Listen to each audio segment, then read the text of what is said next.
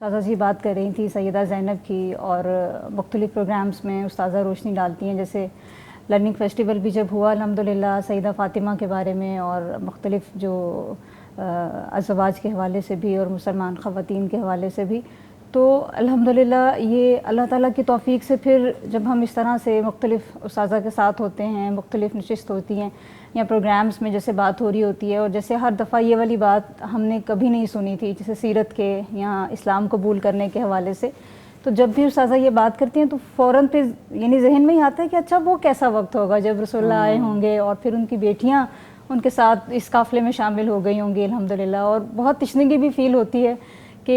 ان کے بارے میں جاننا اور ان کے بارے میں پڑھنا جو ہے، اور اپنے بیٹی ہونے پہ اور اپنی خاتون ہونے پہ پراؤڈ بھی ہوتا ہے کہ رسول پہ ایمان لانے والی سب سے پہلے حضرت خدیجہ اور ان کی چاروں بیٹیاں تھیں ماشاءاللہ. اور اس پر سیرت کا یہ اینگل بڑا مس ہے استاذہ، اور آپ ہمیشہ اس پہ روشنی بھی ڈالتی ہیں الحمدللہ. اور اس چیز پہ بھی شکر ہوتا ہے الحمدللہ کہ ہم اصل جو چینج لے کر آئے تھے وہ تو رسول اللہ صلی اللہ علیہ وسلم لے کر آئے تھے نا، اور کس طرح سے کہ آج کی خواتین کے لیے، اور اگر میں اپنے آپ کو بھی دیکھوں اور سب کو، کہ ہم اگر ہمیں زندگی کا حق اللہ تعالیٰ نے دیا تو اصل جو انقلاب اور چینج تھا وہ تو رسول اللہ لے کر آئے تھے.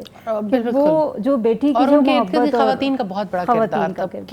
کسی بھی ماحول میں، وہ چاہے جنگ کا ماحول تھا، چاہے ہجرت کا ماحول تھا، چاہے مصائب کو برداشت کرنے کا ماحول تھا، چاہے کچھ بھی تھا، آسانیاں تو بہت ہی کم ہمیں نظر آتی ہیں کہ اس دور میں تھیں. آسانی والا معاملہ تو ہمیں یہ اپنے رسول اللہ صلی اللہ علیہ وسلم کی زندگی میں اور اپنے انبیاء کی زندگی میں اور سادہ اسلاف کی زندگی میں بہت کم نظر آتا ہے. انسان اس کی تلاش میں رہتا ہے نا کہ کسی طرح آسانیاں میسر آ جائیں پھر اللہ کا حق ادا کر لیں گے. تو اللہ کا تو حق ادا ہی مصائب کے دور میں کرنا ہے. وہ کہتے ہیں نا اگر آسانیاں ہو زندگی دشوار ہو جائے تو زندگی نہیں سیکھتا انسان آسانیوں سے، نہیں سیکھتا. اور محرومیوں سے جو کچھ ملتا ہے وہ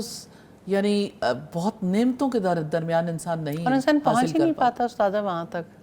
بہت ایون یعنی آپ یہ دیکھیں کہ جو سونے کا چمچ منہ میں لے کے پیدا ہوتے ہیں وہ دنیا